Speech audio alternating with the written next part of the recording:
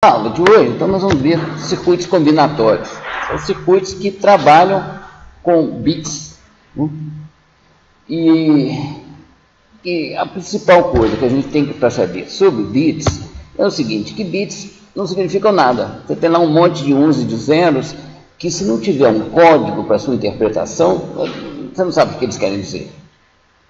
E a mesma configuração de bits ali, você tem uma mesma sequência de zeros e uns, ela pode querer dizer uma coisa interpretada com esse código ou querer dizer outra coisa interpretada com outro código. Mas o fato é que você precisa de um código para saber o que aqueles bits dizem, qual é o significado deles. E a gente, com frequência até, a gente estabelece um código, eu quero que isso aqui signifique isso ou que signifique aquilo. Bom, isso serve muito bem quando você está trabalhando sozinho. Mas se você quiser mandar um e-mail, você adota um código para caracteres, por exemplo, para letras, maiúsculos e minúsculos. Você manda um e-mail para alguém.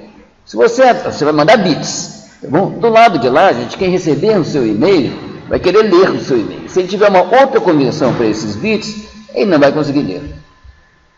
Bom, então é absolutamente essencial que você siga padrões aceitos, com aceitação mais ampla, para que você consiga se comunicar ou consiga utilizar, por exemplo, circuitos que fazem contas. Tá bom? Você tem circuitos, eles fazem contas se os seus números estiverem dentro de um certo padrão de representação, que é o código que o circuito espera das suas entradas. Entendeu? E é o código no qual a sua saída será produzida também. Bom, ou seja, trabalhando sozinho, escolha o código que você quiser. Se você precisa mandar coisas para outras pessoas ou se conectar com coisas que já estão prontas, você tem que seguir um código que seja aceito pelos equipamentos e pessoas e computadores envolvidos. Bom, o primeiro código que surgiu, padronizado, todo mundo, cada computador, cada fabricante, no começo, fazia o seu código, inventava o código que ele quisesse. E o código ASCII foi já uma tentativa de padronização disso daí. ASCII quer dizer American Standard Code for Information Interchange.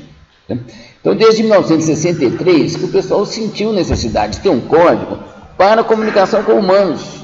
Porque o que acontece? A gente tecla e a gente lê o que está escrito. Então, você precisa ter representações para letras, para números, para parênteses, para asterisco, para mais, menos, e outros símbolos como esses. Então, o código ASCII, ele foi proposto em 1963.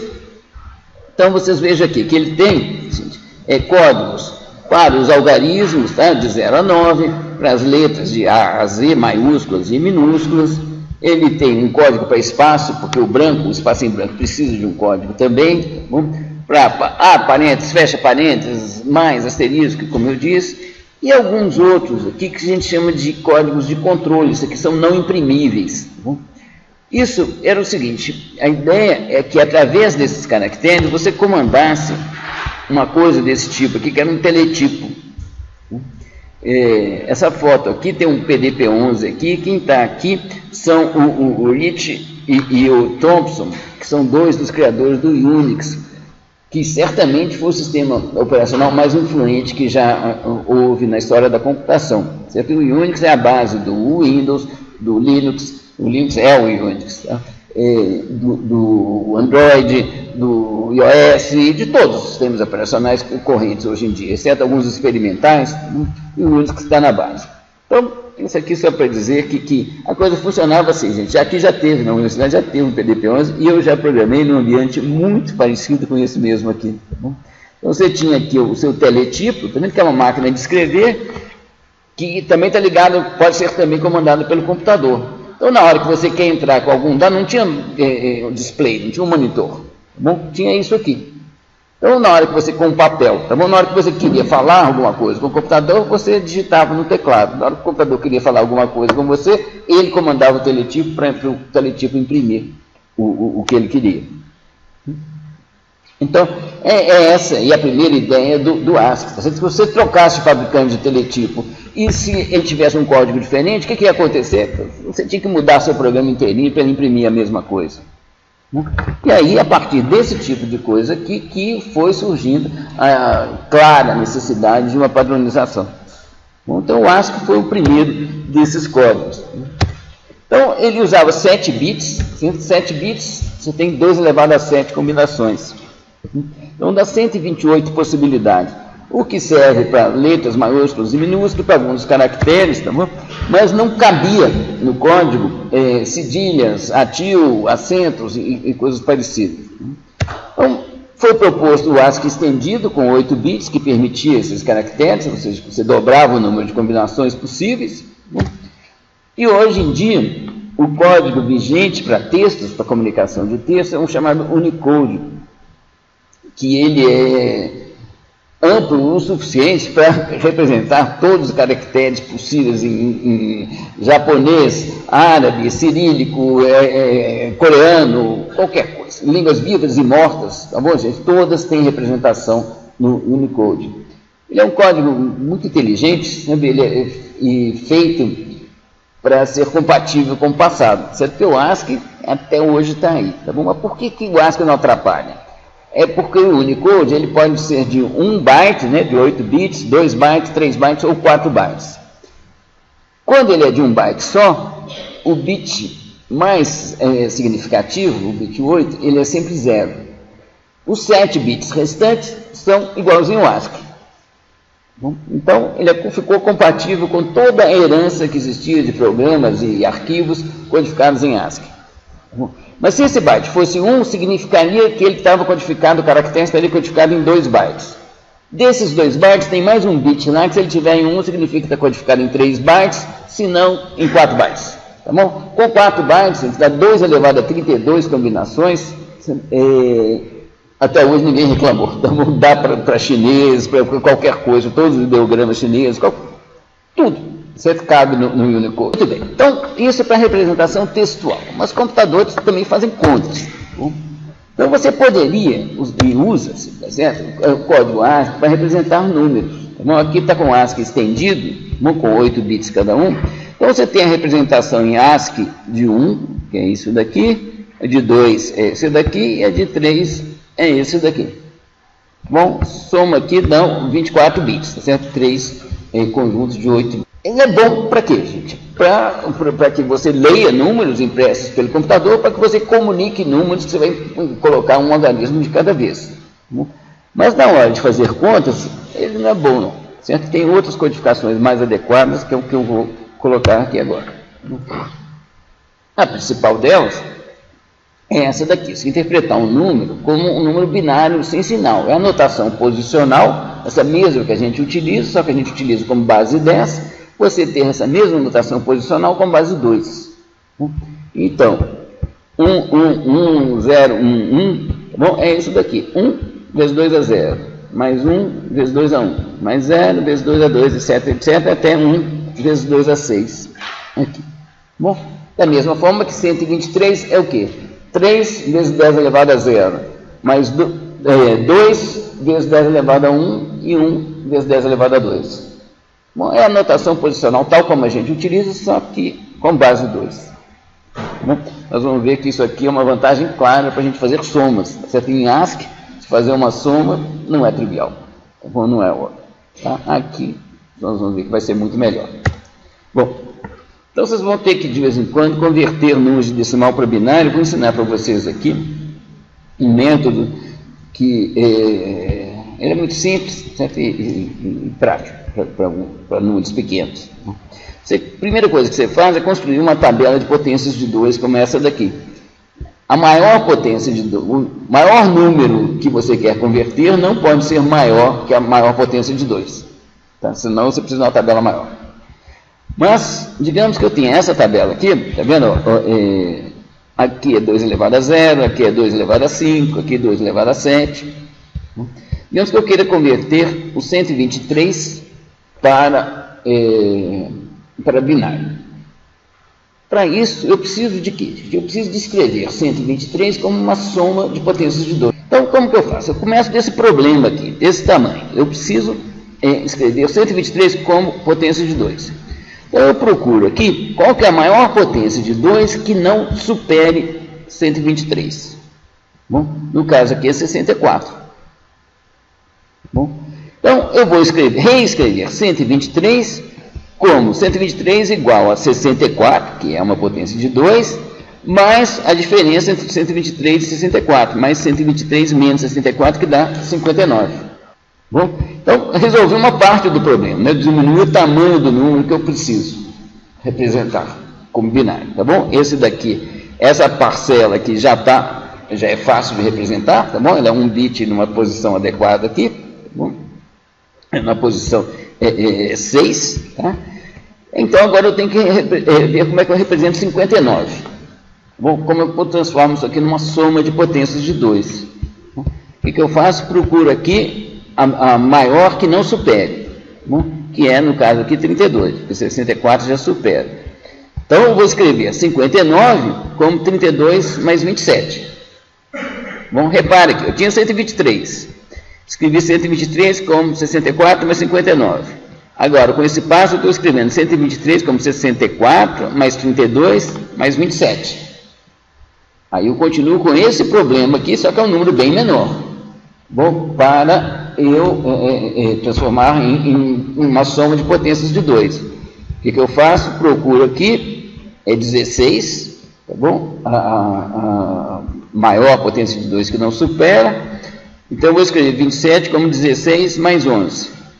Depois, vou escrever 11 como 8 mais 3. Depois, 3 como 2 mais 1. Depois, 1 como 1 mais 0. E acabou. Tá bom? Ou seja, a soma disso daqui dá 123. E eu só tenho potências de 2 aqui.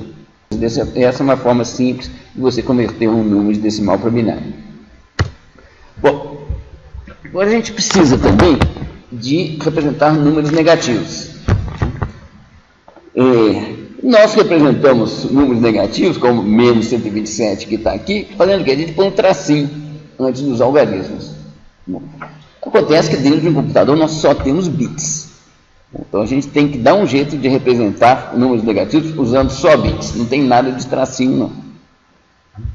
Então, o que a gente pode fazer? Se você pegar 8 bits, por exemplo, você pega o bit mais à esquerda e fala que esse aqui é o bit de sinal. Se ele valer 0, esse é o bit de sinal e os restantes formam o valor absoluto do número. Se ele valer 0, o número é positivo. Se ele valer 1, o número é negativo. Então, com isso, a gente consegue representar, enquanto que na outra, a gente, com 8 bits, na representação de binário sem sinal, a gente representaria números de 0 a 255, 2 elevado a 8 é 256. Tá bom, gente? Então, você tem 256 possibilidades, você vai representar os números de 0 a 255.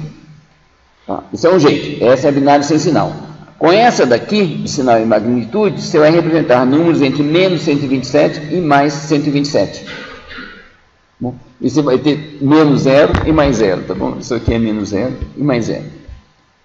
Tá? É uma escolha. Ou seja, os mesmos bits, gente, eles podem significar um número interpretado como binário sem sinal, outro número bem diferente quando interpretado como binário, como sinal e magnitude.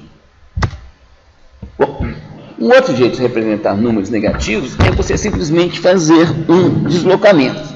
Bom, aqui estão todas as configurações possíveis de 3 bits. Tá? Todas as combinações possíveis. Se eles fossem interpretados como binários sem sinal, 000 vale 0, 001 vale 1, 100 vale 4, 111 vale 7. Com deslocamento, você faz a seguinte convenção. Você pega esses mesmos bits aqui e faz o seguinte. Eu vou atribuir isso aqui o valor que é o valor dele interpretado como binário sem sinal, menos 3. Então, isso aqui que valeria 0, passa a valer menos 3. Isso aqui que valeria 1, passa a valer 1 menos 3, que dá menos 2. Isso aqui que valeria 2, passa a valer 2 menos 3, que dá menos 1. Esse aqui valeria 3, vale 0, até esse daqui, que valeria 7, mas que eu vou interpretar como 4. Bom, então, eu representei também 7 números diferentes, mas não são mais os números de 0 a 7. Eu representei 8 números diferentes, mas agora não são mais os números de 0 a 7, mas os números de menos 3 a mais 4. Bom, para vocês terem uma ideia de que a gente pode arbitrar interpretações para os bits. Complicando um pouco mais as coisas, todos os computadores, eles utilizam uma notação para números negativos, que é importante vocês saberem que existe, e tem uma pequena ideia, que é essa que eu vou transmitir para vocês agora, chamada complemento de 2. As razões são econômicas para a adoção dessa notação. Os bits, digamos que a gente tem esses 3 bits aqui. Aqui eu já vou introduzindo aqui uma notação que a gente sempre usa. O bit menos significativo, a gente dá o número 0 para eles, e vai crescendo os números, os índices, quando você vai caminhando para a esquerda. Quanto mais significativo, maior o número. Bom, então, um número de 3 bits, normalmente se chama de B0, B1 e B2. Então, os bits dele. Então, a interpretação disso aqui é o seguinte: menos 4, B2, mais 2B1, mais B0. Quando B2 é 0, o que significa? Esses dois aqui, ó, vão representar a mesma coisa que eles representariam como binário sem sinal. Então, isso aqui vale 0, 1, 2 e 3. Mas quando isso aqui é 1, você dá um empurrão de menos 4 para baixo. Então, isso aqui seria 0, menos 4 dá menos 4. Esse aqui seria 1, menos 4 dá menos 3. Esse aqui seria 2, menos 4 dá menos 2. Esse daqui seria 3, menos 4 dá menos 1. Bom, então, nós estamos representando os números de menos 4 até mais 3, tá? Os mesmos conjuntos possíveis, as mesmas combinações possíveis de 3 bits. Você pode estar se perguntando por que essa complicação. A ideia é utilizar o mesmo circuito de soma para subtrair. Você, ao subtrair um número do outro, você soma a negação da segunda parcela. Entendeu? Você quer fazer 2 menos 3, você vai fazer 2 mais menos 3. E é muito fácil de obter o complemento de um número. Bom, você inverte todos os bits. Bom, se você tendo a representação em bits de n, para você obter a representação em bits de menos n, você inverte todos os bits, soma 1 ao resultado da inversão e chegou ao complemento. Depois tem uns detalhezinhos aqui que vocês olhem depois para alguns números que não vai dar certo. Tá? Então, por exemplo, 0, 1, 0. Isso aqui é 2. Tá bom? É a representação de 2. Então, qual que é a representação de menos 2? Você pega o 0, 1, 0, inverte bit a bit, tá bom? O 0 vira 1, o 1 vira 0, o 0 vira 1. Tá bom? Você tem 1, 0, 1, que é 5 na base dessa. Se você somar 1, você terá 6, tá bom? Que dá 1, 1, 0 em binário. 1, 0 é a representação de menos 2. Tá bom? Só dá errado para o menos 4, porque não existe mais 4. Tá? Os outros casos todos dão certo. O ponto flutuante é outra notação importante, que nós vamos ter que ver isso com mais detalhes no fim desse curso, que é para você representar números muito grandes ou números muito pequenos. Tá bom? 6,02 vezes 10 a 23. Bom, pensa bem, o que seria esse número? É um número com 23 zeros depois, tá bom? Ou seja, é um número que necessitaria de muitos algarismos para ser representado. Mas, na verdade, a gente usou o 6, o 0, o 2 e o 2 e o 3 do expoente. Então, usamos simplesmente 5 algarismos para representar esse número, com essa convenção, que os dois últimos são expoentes de 10. Num ponto flutuante, você tem a mesma coisa, só que com potências de 2, você representa... você usa essas duas coisas que nós vimos, representação de sinal, amplitude e deslocamento. Existe um padrão mundial, que é esse I3E754, que com 32 bits, ou precisão simples, ele usa 1 bit para o sinal, 8 de expoente e 23 de mantissa ou significando. Tá bom? E 64 bits, só precisa de 1 bit de sinal, você vai usar 11 de expoentes e 52 de mantissa. Esses 11 bits aqui de expoente, ou esses 8 aqui, tem que representar também números muito pequenos, certo? O diâmetro de um átomo de hidrogênio é 10 a menos não sei quanto. Tá? É uma coisa muito pequenininha. Então, ele representa também expoentes negativos e, no caso aqui, a convenção é representar por deslocamento. Então, aqui, para 32 bits, é assim, está vendo aquela convenção, tá bom? Aqui está o número do bit em cima, aqui na parte de cima, aqui. Então, começa com 0, aqui no menos significativo, e vai crescendo para cá. Como são 32 bits, o último é 31. Então, esses 23 primeiros bits aqui são a mantissa. Esses aqui são o expoente e esse daqui é o bit de sinal. A mantissa é normalizada.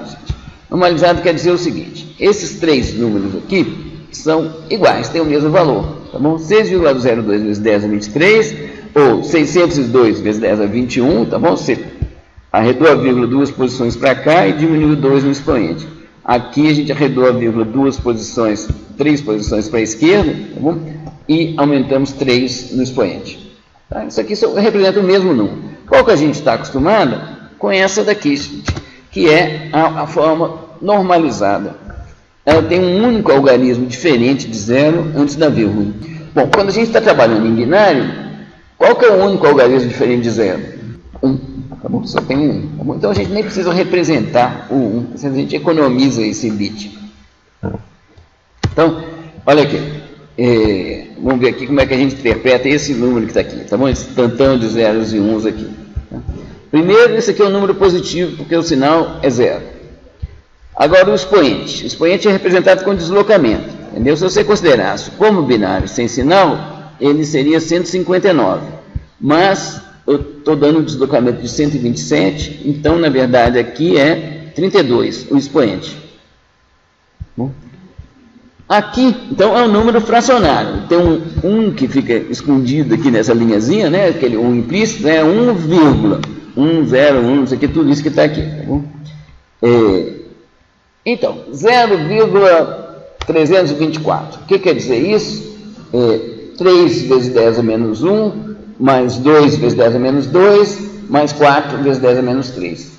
Bom, então, esse primeiro bit aqui, bom, multiplica 2 a menos 1, que é meio. Tá bom? Esse daqui, 2 a menos 2, que é 1/4, e esse aqui, 2 a menos 3, que é 1/5, e por aí vai.